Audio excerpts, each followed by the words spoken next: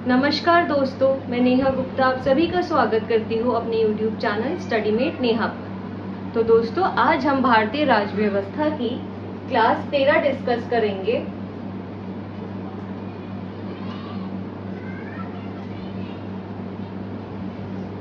तो दोस्तों, जो इससे पहले की क्लासेस थी वो मैंने फ़ोन रिकॉर्डिंग के थ्रू ली है, जिसमें हमने कॉन्स्टिट्यूशन के बारे में पढ़ा, संविधान की कुछ विशेषताएं पढ़ी और उसकी किन किन आधार पर आलोचना करी गई, उसको क्रिटिसाइज करा गया। हमने पिछली 2 क्लासेस में ये पढ़ा।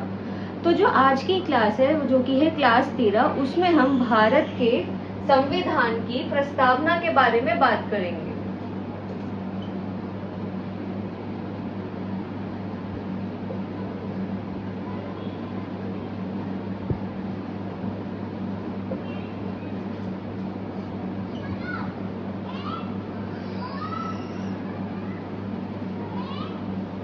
यानी कि हम प्रियम्बल की बात करेंगे, preamble of the Indian constitution की बात करेंगे।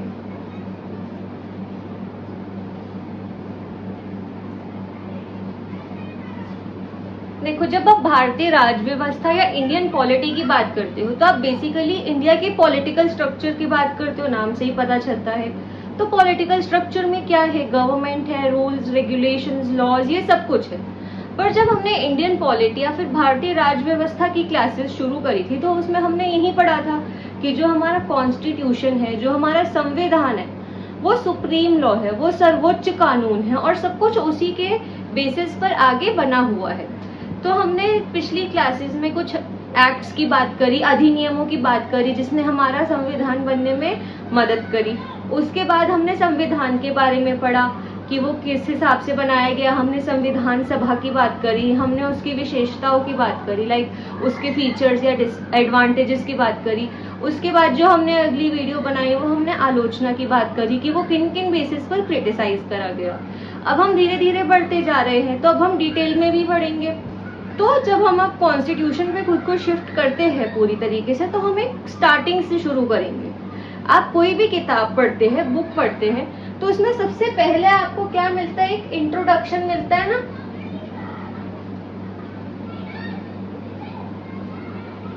एक आप इंट्रोडक्शन कह लो या इंडेक्स कह लो,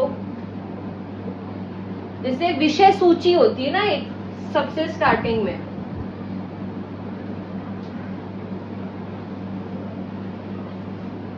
एक लिस्ट होती है जिसमें ये बताया है कि जो आप ये आगे बुक पढ़ने वाले हो, इसमें कौन कौन से अलग अलग चैप्टर्स है। तो यही जो हमारा प्रियम्बल है या प्रस्तावना जिसे कहा जाता है, उसका भी मतलब यही है, उसको भी यही कहा जाता है कि जो ये संविधान है, ये उसके लिए एक सूची की तरह ही काम करता है। ये बताता है, ये हमें ये बताता है कि जो संविधान है उनमें किन किन चीजों के बारे में बात करी गई है। तो सबसे पहले हम ये देखते हैं कि इसे अपनाया कब गया था।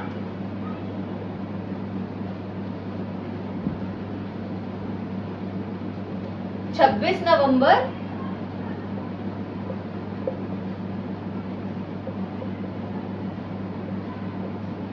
1949 में। और ये किस पर आधारित है? ये आधारित है पंडित नेहरू के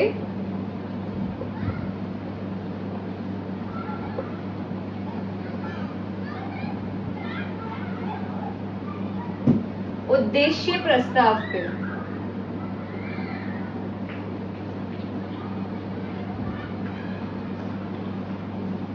जिसे आप इंग्लिश में बहुत ज्यादा फेमसली कहते हैं ऑब्जेक्टिव रेजोल्यूशन।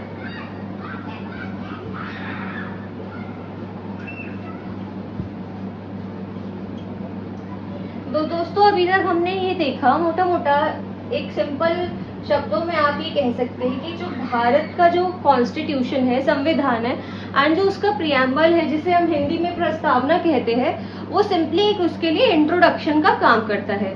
और जो ये इंट्रोडक्शन है, ये किन 4 चीजों के बारे में मेजरली बताता है? सबसे पहला, संविधान का स्रोत।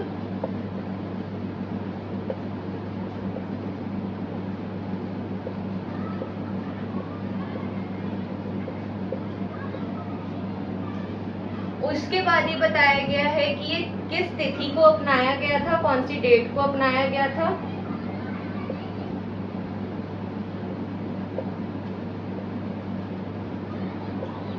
इसके क्या क्या उद्देश्य है,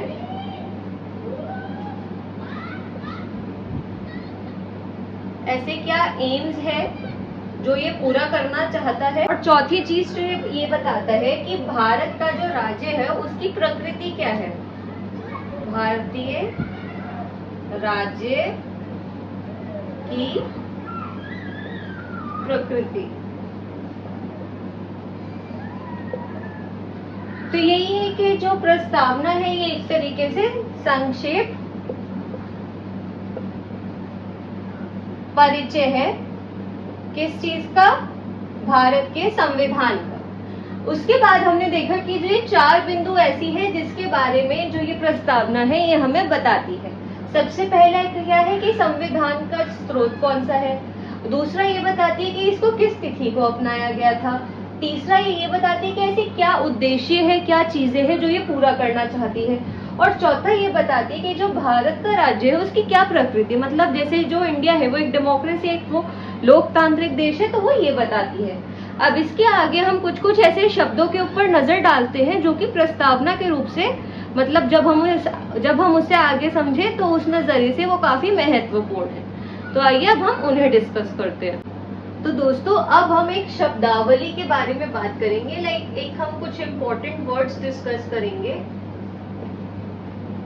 जो कि प्रस्तावना के पॉइंट ऑफ व्यू से, प्रियम्बल के पॉइंट ऑफ व्यू से डिस्कस करनी काफी ज्यादा इम्पोर्टेंट है। मतलब ये कुछ कुछ ऐसे शब्द है जिनका एक अलग ही अपना महत्व है प्रस्तावना में, यानी कि प्रियम्बल में। तो सबसे पहला है सार्वभौम।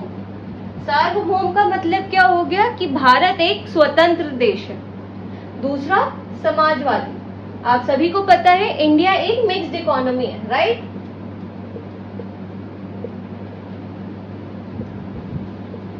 तो यहाँ पर जो प्राइवेट सेक्टर है यानी कि जो निजी क्षेत्र है और जो गवर्नमेंट सेक्टर है यानी कि जो सरकारी क्षेत्र है वो साथ मिलकर काम करते हैं।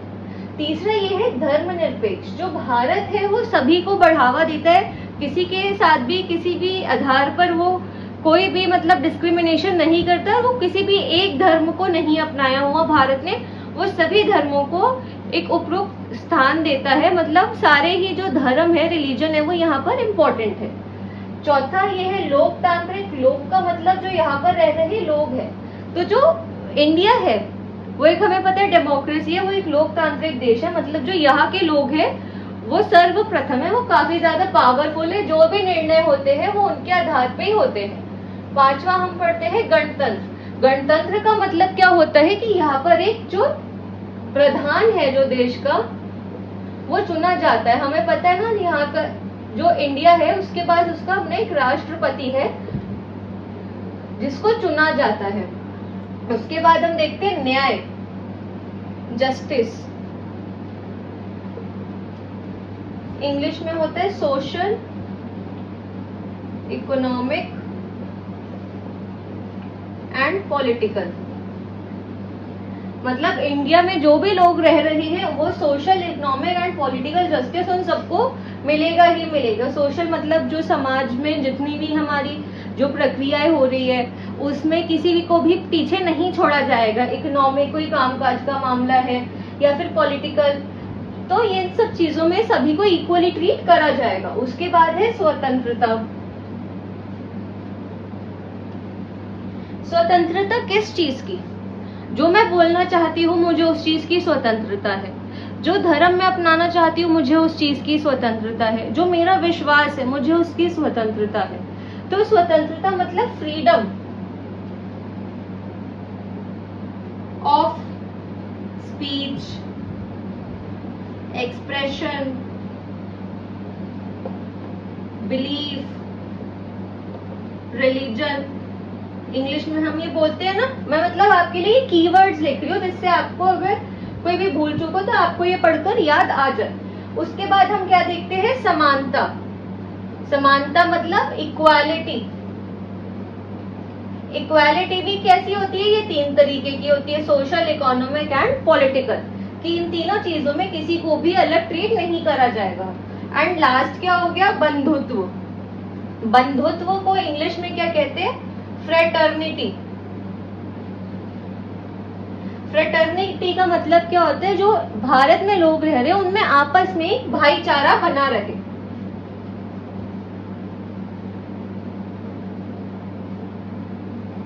तो दोस्तों जो हमने अब ये शब्दावली डिस्कस करी और जो ये कुछ हमने वर्ड्स डिस्कस करी या वैल्यूज जो हमने डिस्कस करी, ये जो हमारा प्रियम्बल है ये उसमें बहुत ज्यादा इम्पोर्टेंट है। एंड ये ऐसी वैल्यूज है जो कि भारत में है भी अभी ऐसी मतलब आगे जो हमारा कॉन्स्टिट्यूशन प्रमोट करने की भी कोशिश करता है भारत में, इंडियन सोसाइटी में। तो ये कुछ ऐसी वैल्यूज थी जो अभी हमने डिस्कस करी। इसके बाद हम अब 4 उन चीजों को डिस्कस करेंगे कि जो हमारे प्रस्तावना है उसके बारे में बताता है। जैसे कि हमने वो सबसे स्टार्टिंग में डिस्कस करी थी ना कि जो संविधान है उसका स्रोत कौन सा है, किस तिथि को ये अपनाया गया था, जो भारत का जो राज्य है उसकी क्या प्रकृति है। तो ये यही जो हमने चीजें डिस्कस करी थी कि और क्या उद्देश्य है जो वो आगे जिनका वो प्रचार करना चाहता है, जिनको वो पूरा करना चाहता है। अब हम आगे वो डिस्कस करें। तो दोस्तों वीडियो को आगे बढ़ाने से पहले हम एक बारी भारत के संविधान की जो प्रस्तावना है उस पर एक नज़र डाल लेते हैं। जो प्रियम्बल है हिंदी में उस पर एक नज़र डाल लेते हैं। तो ये ऐसे पढ़ा जाता है, हम भारत के लोग भारत को एक संपूर्ण प्रभुत्व संपन्न समाजवादी पंथ निरपेक्ष लोकतांत्रात्मक गणराज्य बनाने के लिए तथा उसके समस्त नागरिकों को, तो दोस्तों जैसे इंग्लिश में बोला जाता है ना, we the people of India, ऐसे करके हमारा इंडियन कॉन्स्टिट्यूशन का प्रियम्बल शुरू होता है। तो हमने जब प्रियम्बल के 4 उसकी बात करी थी कि क्या क्या पॉइंट्स उसमें शामिल है, क्या क्या वो दर्शाता है। तो सबसे पहले तो यही था कि इसका स्रोत कौन है। तो स्रोत कौन है, जो भारत में रह रहे लोग हैं, हम भारत के लोग। उससे एक तो ये पता चल गया। उसके बाद कि जो भारत का राज्य है उसकी क्या मतलब उसकी क्या नेचर होगी। तो क्या नेचर होगी कि गणराज्य है, संपूर्ण प्रभुत्व है, लोकतांत्रिक है मतलब डेमोक्रेटिक है, समाजवादी है मतलब कि पब्लिक एंड प्राइवेट सेक्टर्स दोनों मिलकर साथ में काम करेंगे। वो हमने डिटेल में डिस्कस करा है इस वीडियो में। तो ये जो सारे वर्ड्स हैं ये तो इसके हो गए कि जो राज्य है उसकी नेचर क्या है, what is the nature of the Indian state.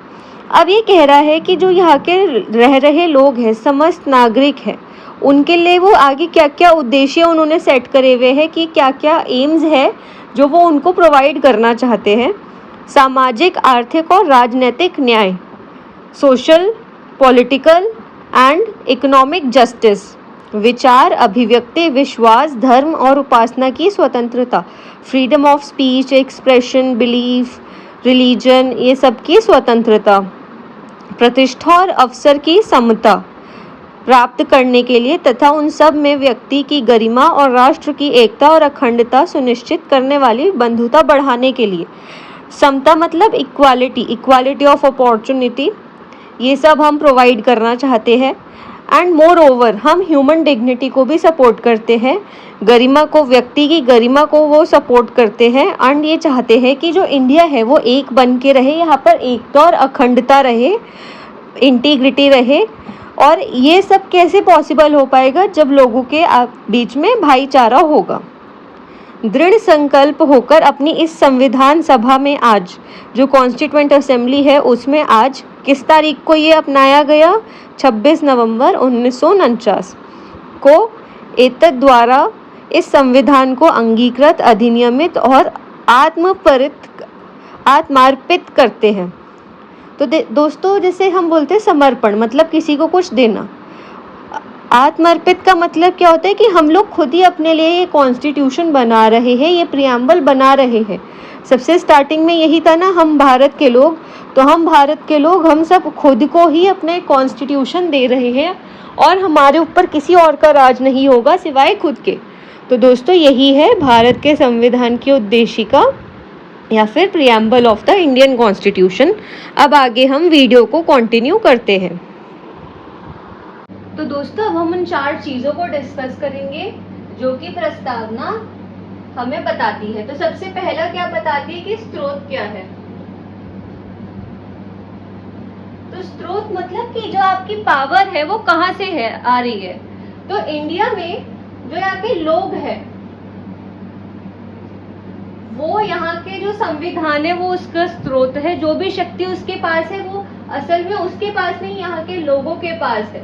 ठीक है, तो स्रोत तो क्या हो गए, लोग। और सबसे चौथी चीज जो ये चीज बताती कि कौन सी तिथि को अपनाया गया था, तो तिथि पहले हम देख लेते हैं, 26 नवंबर 1949। ठीक है, तो हमने ये दो चीजें तो डिस्कस कर ली, पहली और आखिरी। अब हम बढ़ते हैं दूसरी और तीसरी के ऊपर। तो जो दूसरी चीज जो प्रस्तावना बताती है वो बताती है कि भारतीय राज्य की प्रकृति क्या है, मतलब जो इंडियन स्टेट है उसकी नेचर क्या है। और जो तीसरी चीज ये बताती है कि जो प्रस्तावना है उसमें ऐसे क्या क्या उद्देश्य हैं जिन्हें ये पूरा करने का सोचती है। अभी हमने इससे पहले एक शब्दावली पढ़ी थी, उसमें कुछ कुछ ऐसे शब्द थे, मैंने आपको बोला था ना कि काफी इंपॉर्टेंट है इनका मतलब डिस्कस करना। वो इसीलिए इम्पोर्टेंट था डिस्कस करना क्योंकि उसमें से आधे शब्द भारत राज्य की प्रकृति को बताते हैं और आधे शब्द ये बताते हैं कि ऐसे क्या क्या उद्देश्य है जो हमारा इंडियन कॉन्स्टिट्यूशन संविधान पूरा करना चाहता है भारत में। तो जब हम प्रकृति की बात करते हैं, नेचर की बात करते हैं, हम उसमें ये देखते हैं कि जो भारत का राज्य है वो सबसे पहला सार्वभौम है। सार्वभौम का मतलब क्या है कि ये इंडिपेंडेंट है, इसे किसी और के ऊपर निर्भर होने की कोई जरूरत नहीं है और ये अपने निर्णय खुद ले सकता है, कोई और देश या और शक्ति इसके लिए निर्णय नहीं ले सकती। दूसरा हम देखते हैं समाजवादी। समाजवादी का मतलब यही था ना कि जो पब्लिक एंड प्राइवेट सेक्टर दोनों है, मतलब जो निजी क्षेत्र है और जो सरकारी क्षेत्र है वो साथ मिलकर काम करते हैं। उसके बाद हमें देखते हैं कि जो भारत का राज्य है वो धर्मनिरपेक्ष देश है। धर्मनिरपेक्ष देश इसलिए है क्योंकि जो भारत है उसका अपना कोई धर्म नहीं है, यहाँ पर अलग अलग धर्म के लोग रहते हैं, तो सभी को उनकी एक रिस्पेक्ट देनी काफी जरूरी थी, नहीं तो ये देश अलग अलग हो जाता। तो इसीलिए जो भारत है वो सभी धर्मों को इम्पोर्टेंस देता है, उनको महत्वपूर्ण मानता है और किसी भी एक धर्म को देश का धर्म नहीं सिद्ध करता। चौथी चीज ये है कि जो भारत है वो एक लोकतांत्रिक देश है, वो डेमोक्रेसी है। जो हमने सबसे पहले पढ़ा था ना कि इसके स्रोत कौन है, इसके लोग हैं। तो यहाँ पर चुनाव होते हैं, तो चुनाव में लोग अपने प्रतिनिधि या फिर रिप्रेजेंटेटिव्स को चुनते हैं कि वो हमारे बेसिस पर, वो हमारे बिहाफ पर हमारे लिए ऐसी पॉलिसीज बनाएंगे, डिसीजंस बनाएंगे जो हमारे लिए आगे कारगर रहेगी, या फिर हम खुद भी इलेक्शंस में खड़े हो सकते हैं। तो जो यहाँ का जो पावर का जो एक मतलब सोर्स है वो हम खुद ही है। और उसके बाद ये है कि जो भारत है वो एक गणतंत्र है। गणतंत्र का मतलब ये है कि यहाँ पर एक जो देश है उसके पास उसका एक अध्यक्ष है, जो कि कौन है, राष्ट्रपति, जिसको चुनाव के माध्यम से चुना जाता है। मतलब ऐसे नहीं है कि कोई हायरार्की चल रही है कि जो अभी राष्ट्रपति है उसका आगे बेटा या बेटी ही अगला राष्ट्रपति बनेगा, ऐसा नहीं है। मैं आप में से कोई भी राष्ट्रपति बन सकता है अगर हम उन एलिजिबिलिटी क्राइटेरियाज को पास कर लें। उसके बाद हमें देखते हैं कि ऐसे क्या क्या उद्देश्य है जो भारत का जो संविधान है और उसकी जो प्रस्तावना है वो आगे फैलाना चाहता है। तो सबसे पहले हो गया तो न्याय, जिसे कहा जाता है जस्टिस। जस्टिस मैंने बताया था ना 3 प्रकार के, सामाजिक, सोशल, आर्थिक, इकोनॉमिकल, राजनीतिक, पॉलिटिकल। सामाजिक मतलब कि हम रह रहे हैं एक सोसाइटी में, हम एक समाज में रह रहे हैं, तो समाज है वो इक्वल तो नहीं है। यहाँ पर अलग अलग तरीके के लोग रहते हैं जो अलग अलग जाति से बिलोंग करते हैं, अलग अलग उनका रंग है, कोई काला है, कोई गोरा है, और कोई ज्यादा अमीर है तो कोई ज्यादा गरीब है, कोई ठीक ठीक भी है, किसी को पॉलिटिक्स में ज्यादा इंटरेस्ट है, किसी को नहीं भी है। तो मतलब सोसाइटी में अलग अलग तरीके के लोग रहते हैं। तो जो सामाजिक न्याय है वो ये कहता है कि किसी भी आधार पर हमें किसी के साथ डिस्क्रिमिनेशन नहीं करनी, उसको अलग फील हमें नहीं कराना। जो आर्थिक है वो भी यही कहता है कि जैसे जो गैप है, जो बीच की जो जगह है अमीरों और गरीबों में, हम नहीं चाहते कि वो बढ़ती जाए, कि जो अमीर है वो और अमीर होता जा रहा है, जो गरीब है वो और गरीब होता जा रहा है। हमें इन सब चीजों को कम करना है, हमें सबको साथ में लेकर सबका विकास करना है। और तीसरा है राजनीतिक। राजनीतिक का मतलब यही है पॉलिटिकल। पॉलिटिकल मतलब आप या मैं, हम में से कोई भी अपना कैंडिडेचर दे सकता है, मतलब हम खुद को चुनाव में खड़ा कर सकते हैं, हमें चुनाव में मताधिकार का भी पूरा पूरा अधिकार है। तो यही सब था न्याय के पार्ट में। दूसरा है स्वतंत्रता। स्वतंत्रता का मतलब फ्रीडम। दोस्तों एक और बात, जो ये न्याय है ये किससे इंस्पायर हुआ था? ये वाला प्रिंसिपल जो रूसी क्रांति आई थी, रशियन रेवोल्यूशन, ये हमने वहां से अपनाया। और जब हम स्वतंत्रता की बात करते हैं तो ये हमने कहां से अपनाया? फ्रांसीसी क्रांति से, फ्रेंच रेवोल्यूशन से।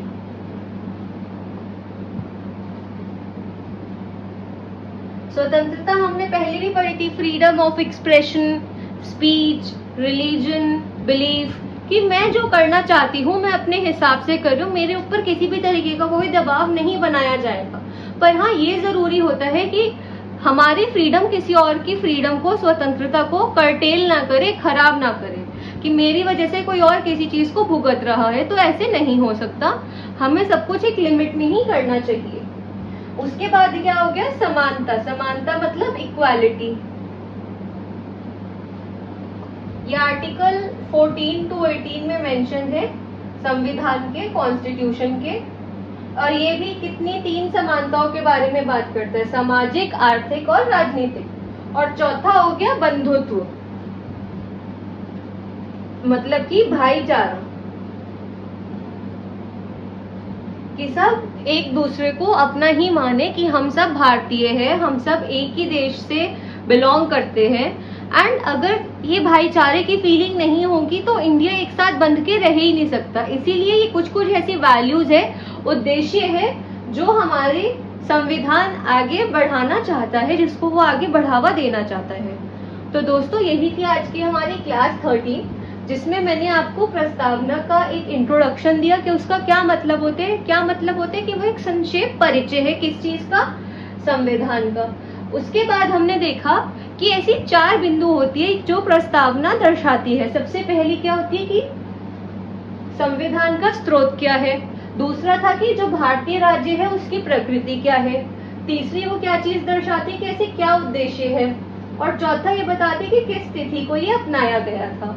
और अगर हम देखें तो प्रियम्बल का जो कॉन्सेप्ट है वो हम अमेरिकी संविधान में भी देख सकते हैं। मतलब शायद वहां पर शायद सबसे पहली बारी प्रियम्बल को लेकर आया गया था, if I am not wrong. बाकी आप फैक्ट्स को चेक कर सकते हैं। तो आज की वीडियो में हमने इन्हीं चीजों को डिस्कस करा एंड आई होप कि आप सभी को ये सब कुछ समझ आ रहा हो। मैं अपनी हिंदी पर काम करने की और ज्यादा कोशिश कर रही हूँ। बाकी आप सब प्लीज थोड़ा कोऑपरेट करें, क्योंकि जो मेरा बेस है वो इंग्लिश का ही है। एंड अगर आप लोगों में से कुछ इंग्लिश की क्लासेस भी रेफर करना चाहते हैं तो उसकी भी एक अलग प्लेलिस्ट बनी हुई है मेरे चैनल पे, आप उन सब चीज़ों को रेफर कर सकते हैं। कंटेंट ऑब्वियसली सेम ही है, क्योंकि हम इंडियन पॉलिटी या फिर भारतीय राज्य व्यवस्था के बारे में ही बात कर रहे हैं। तो दोस्तों यही थी आज की क्लास और आज की वीडियो। एंड अगर आपको सब कुछ अच्छा लग रहा हो, कंटेंट अच्छा लग रहा हो, मेरा पढ़ाया हुआ समझ आ रहा हो, तो आप वीडियोस को लाइक और शेयर जरूर करें एंड चैनल को भी सब्सक्राइब करें। Thank you so much.